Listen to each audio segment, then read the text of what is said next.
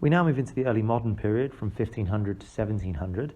In order to understand crime and punishment during this time, we've got to understand some key social changes that happened.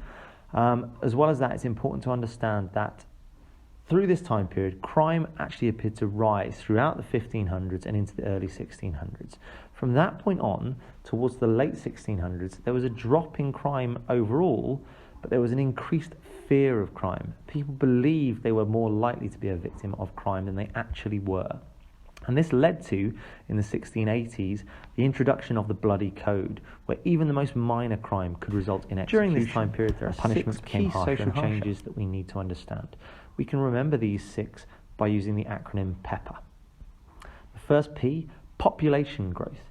There was a massive spike in population in England during the 16th and 17th century. This led to people living closer together. It meant it was harder for people to find work. And with the increasing issues of finding work, that would lead to more crime. The E stands for economic changes. During this time period, some people in England became incredibly wealthy. However, the overwhelming majority of people remained very, very poor. And this level of poverty meant that they were especially vulnerable due to the rises of food prices, which would happen if there was a poor harvest. The poor harvest would mean that trade would slow down, and it could lead to incredible hardship for many people. This time period also saw massive political change, in particular the Civil War of 1642 to 1649, which ended in the execution of King Charles I. This was a time when many people felt their world was turned upside down, and it created issues of insecurity and fear that lasted for decades all the way through the 17th century.